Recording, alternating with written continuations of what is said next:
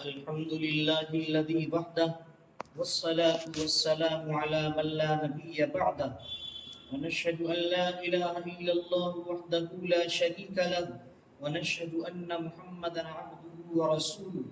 قال الله تعالى: أعوذ بالله من الشيطان الرجيم، بسم الله الرحمن الرحيم. ولما رأى المؤمنون الأحزاب قالوا هذا ما وعدنا الله ورسوله صدق الله مولانا العظیم. قابل تکریم، قابل عزت حضرات سامعین، نوجوان دوستو، عزیزان ملت،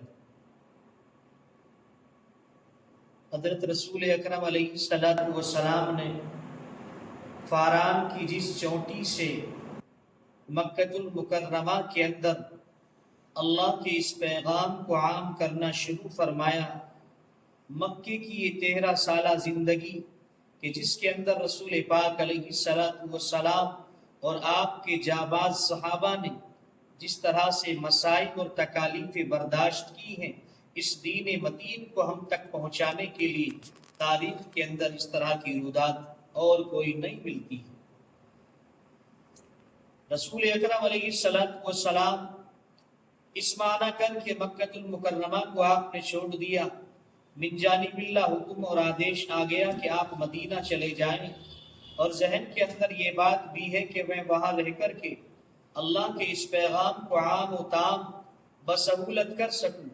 آپ مدینہ المنورہ تشریف لے جا چکے ہیں. سن 2 ہجری کے اندر غزوہ بدر کا واقعہ، غزوہ بدر رونما ہوا، اور اسی کے چلتے ہوئے سن 3 ہجری میں رسول اللہ کو تیسرے سال کا آغاز مدینے کے اندر ہو چلا ہے. غزوہ احد رونما ہوا ہے. سن 4 ہجری کے اندر رسول پاک علیہ السلام کی کوشش اور تمنا یہ رہا کرتی کہ ہر تا قیامت یہ دین کس طرح سے عام اور تام ہو جائے. رسول پاک علیہ السلام نے سن 4 ہجری کے اندر 70 صحابہ کرام کا ایک وفد، ایک لشکر اہل نجد کی جانب آپ نے روانہ فرمایا. اس کے اندر اکثر لوگ علماء، حفاظ اور قرہ حضرات ہیں. یہ وفد نجد کے پاس پہنچتا ہے، قبیلہ نجد کے پاس. ان لوگوں نے بجائے احسان سناشی کے احسان فراموشی سے کام لیا، اور اہل نجد کے سربراہ لوگ جن کا نام اہل تاریخ میں عامر، رحل، زکوان اس طرح کے نام تعداد شمار فرمائی ہے، ان لوگوں نے بجائے ان لوگوں کا اکرام کرتے، ان لوگوں کا احترام کرتے اور ان کی باتوں کو تسلیم کرتے، لیکن نہ وہ لوگ مخالفت پر اتر آئے. بالآخر جنگ کی نوبت آ گئی اور یہ 70 کے 70 صحابہ کرام وہاں پر شہید ہو گئے، اللہ کو پیارے ہو گئے. رسول اکرم علیہ السلام کو اس واقعے کو سننے کے بعد میں بڑی تکلیف اور بڑا رنج و غم کا آپ نے احساس فرمایا. الغرض یہ معاملہ سن 4 ہجری کا ہے کہ جس کے اندر آپ نے 70 صحابہ کرام کا یہ سریہ آپ نے روانہ فرمایا تھا. سن 5 ہجری رسول اکرم علیہ السلام کے سامنے وہ منظر پیش فرمایا گیا. آپ علیہ السلام نے مدینے میں رہتے ہوئے مدینے کے آس پاس جو اہل یہود کے قبائل تھے، بنو نذیر اور بنو قریظہ، ان حضرات سے آپ نے یہ معاہدہ فرمایا کہ ہم آپس میں پیار و محبت کے ساتھ رہیں گے. ان لوگوں نے اس بات پر معاہدہ کیا کہ ٹھیک ہے، ہم آپس میں پیار سے رہیں گے اور ایک دوسرے کو کوئی غضب اور کوئی تکلیف آپس میں نہیں ہوگی. لیکن ان لوگوں نے کچھ دنوں کے بعد میں وعدہ خلاف کیا، اور وہ لوگ حوصلہ شکنی پر اتر آئے، عہد شکنی پر اتر آئے، اور ان کے 20 آدمی، بنو نذیر اور بنو قریظہ کے 20 حضرات مکۃ المکرمہ گئے اور اہل مکہ سے جا کر کے مل گئے.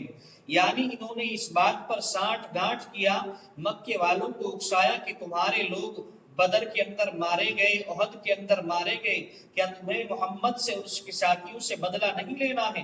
یعنی اس طرح کی سانٹھ گانٹھ بنا کر کے انہوں نے یک بار کی رسول اکرم علیہ السلام اور آپ کے ساتھیوں پر حملہ کرنے کی جرأت باندھی، آپس کے اندر مل گئے یہ یہودی اس طرح سے کہ آپ وہاں سے چل کر کے آئیے گا اور ادھر سے ہم مدینے میں رہتے ہوئے محمد اور اس کے ساتھیوں پر حملہ کریں گے اور اس کو یہاں سے نکال پھینکیں گے۔ لیکن یہ بات بھی یاد رہے، ان مع العسر یسرا، ہر دشواری کے بعد آسانی ہے۔ اہل مکہ نے وہاں پر رسول اللہ اور آپ کے ساتھیوں کو مکے میں 13 سالہ زندگی کے اندر جس طرح کی تکالیف پہنچائی ہے وہ بات ناقابل بیان ہے، تاریخ کبھی اس کو فراموش نہیں کر سکتی۔ رسول پاک علیہ السلام کو اس بات کی خبر لگی کہ بنو نذیر اور بنو قریظہ نے آس پاس کے قبائل نے مکے والوں سے اس بات پر سانٹھ گانٹھ کیا ہے۔ رسول اکرم علیہ السلام نے اہم میٹنگ بلائی، آپ نے ہائی کمان تمام حضرات کو بلایا، صحابہ کرام کو، اور لوگوں کے سامنے یہ بات فرمائی کہ لوگوں اس طرح سے خبر ملی ہے بدر قاصد کے یہ سب لوگ مل کر کے ہم پر حملہ آور ہونا چاہتے ہیں، تمہارا کیا خیال ہے؟ آپ علیہ السلام کے جاباز صحابہ تو رسول اللہ کی ایک ایک ادا پر دیوانے اور متوالے ہیں، اپنی جان کا نذرانہ پیش کرنے کے لیے حاضر ہیں۔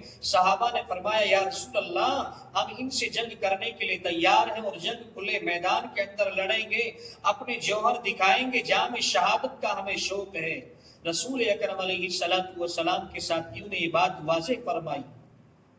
ایک صحابی حضرت سلمان فارسی رضی اللہ تعالی عنہ، تاریخ نے ان کا نام سلمان فارسی ان کو موسوم کیا ہے، بڑی عجیب شخصیت ہے اور بڑی خصوصیت کے حامل ہے۔ ان کی ایک اہم خصوصیت یہ بھی ہے، دیگر صحابہ کرام میں سب سے لمبی عمر اگر کسی نے پائی ہے، روایتوں کے اندر صاف صاف لکھا ہے کہ تقریباً 250 سال کی عمر حضرت سلمان فارسی نے پائی ہے۔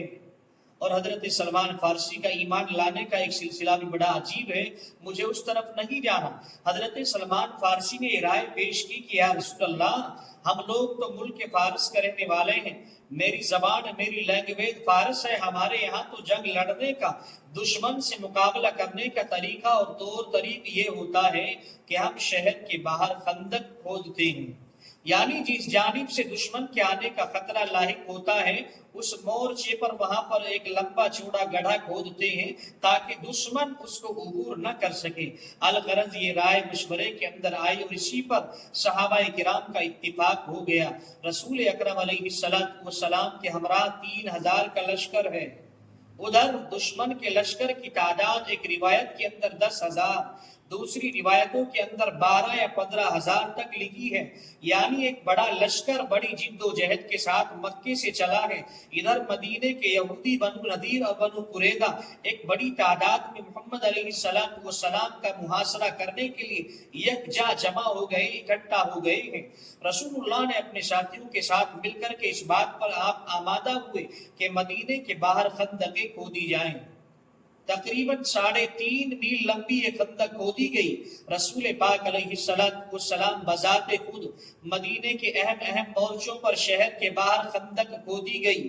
اس کا مقصد یہ بھی ہوا کرتا تھا کہ خندق کو لمبی چوڑی خندق جو کھودی جا رہی ہے، دشمن اس کے لیے عبور کر کے اس کو پار کر کے اس سے گزر کر آپ تک جب تک پہنچے گا تو آپ اس خندق کے اندر وہ نچلی زمین کے اندر واقع ہے، وہاں سے چاہے تو آپ پتھروں کی ان پر برسات کر دیں یا تیر اندازی کر دیں، دشمن کو وہیں پر آپ مسمار کر سکتے ہیں۔ خندق کھودنے کا یہ مقصد ہوا کرتا تھا۔ الغرض رسول پاک علیہ السلام کے ساتھیوں نے بڑی دلجوئی کے ساتھ میں رسول اکرم علیہ السلام بذات خود تشریف فرما ہے، آپ نے کدال آہنی لیا ہے، آپ بذات خود اپنے صحابہ کے ساتھ اس کو کھودنے کے اندر لگے ہیں۔ اصحاب پیغمبر کے سامنے اچانک ایک پتھر کی چٹان کچھ اس طرح کی آتی ہے کہ وہ صحابہ کرام بڑے زور سے اس پر وار کرتے ہیں لیکن نہیں کھسکتی ہے۔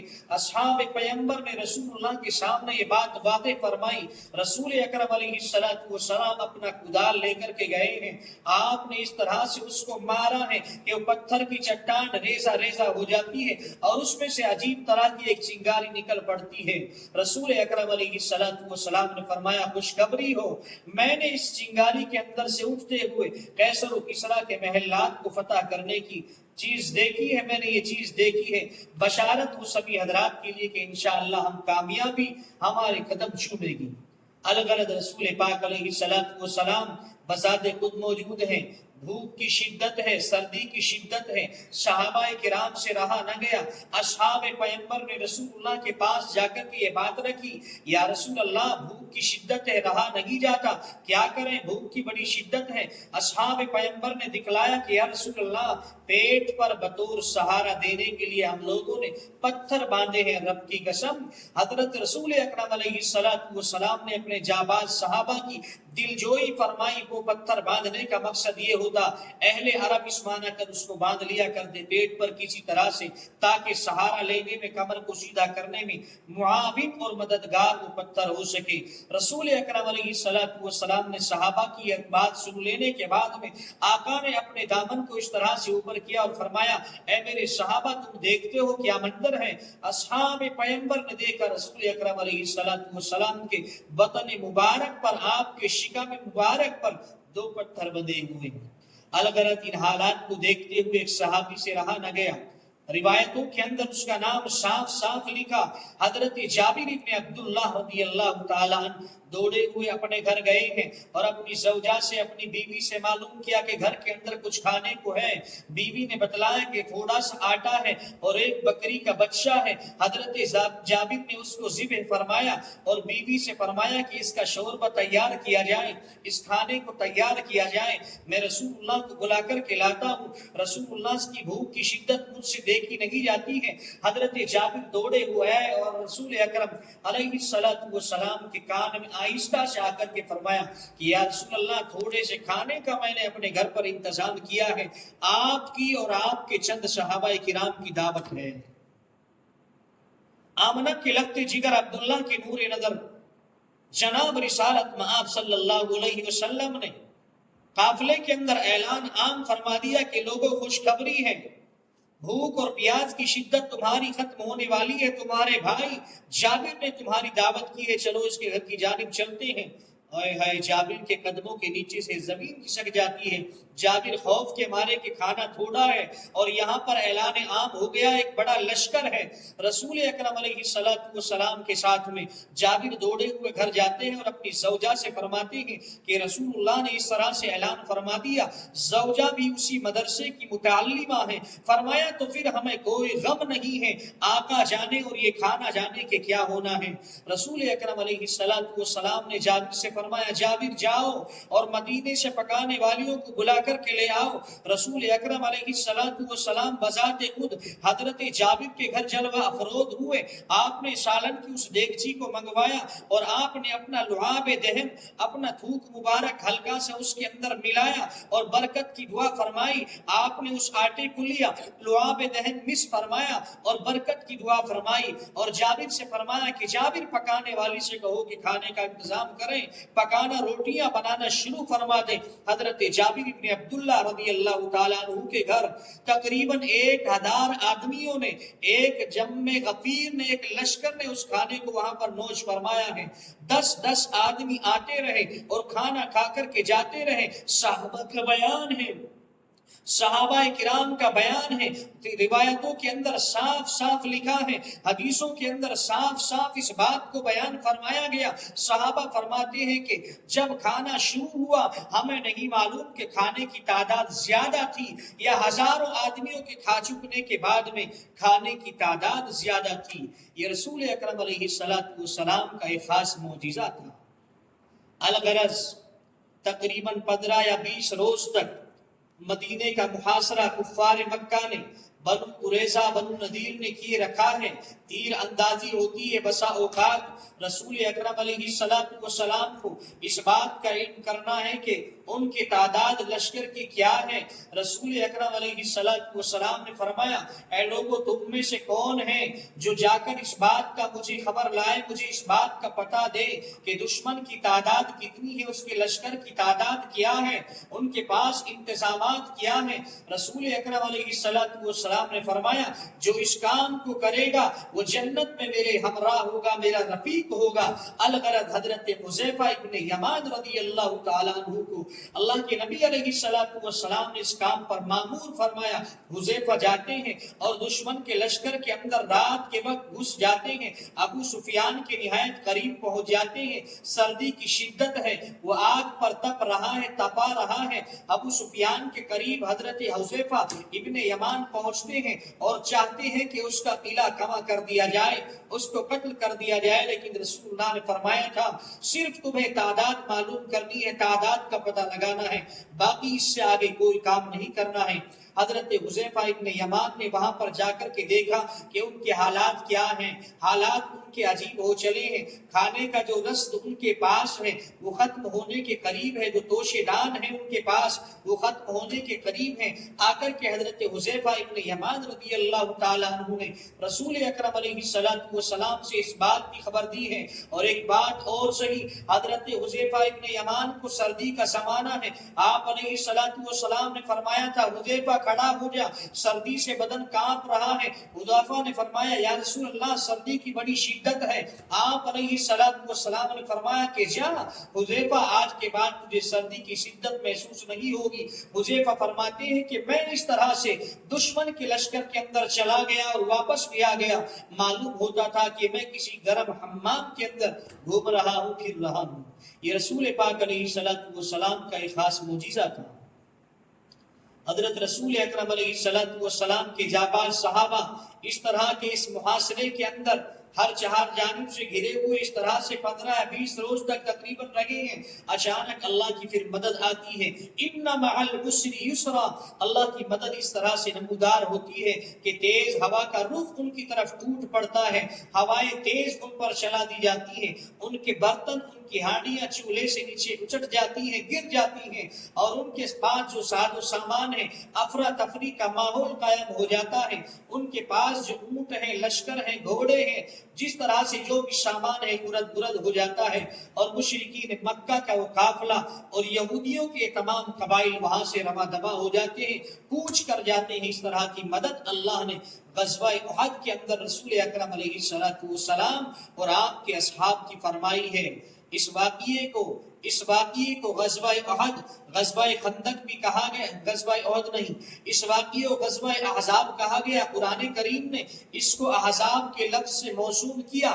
احزاب حزبن کی جمع، اس کے معنی جماعت اور پارٹی کے ہیں، یعنی ہر جماعت یہودیوں کی اور مکے والوں کی مل کر کے رسول پاک علیہ السلام کا خاتمہ کرنے پر تلی تھی، اور مدینے سے باہر جو خندق کھودی گئی ہے، اہل تاریخ نے اس کا نام غزوہ خندق رکھا ہے، اور قرآن کریم نے اس کو غزوہ احزاب سے موسوم کیا ہے۔ الغرض یہ جس طرح کے واقعات ان تاریخی واقعات کے اندر رونما ہوئے ہیں، رسول پاک علیہ السلام کی ہر زندگی سے آپ کے نقش قدم پر ہم سبھی کو رب کائنات گامزن فرمائے، اور رسول اکرم علیہ السلام اور آپ کے جاباز صحابہ کی ایک ایک ادا پر ہمیں مر مٹنے کی توفیق عطا فرمائے۔ آمین۔ وآخر دعوانا ان الحمدللہ رب العالمین۔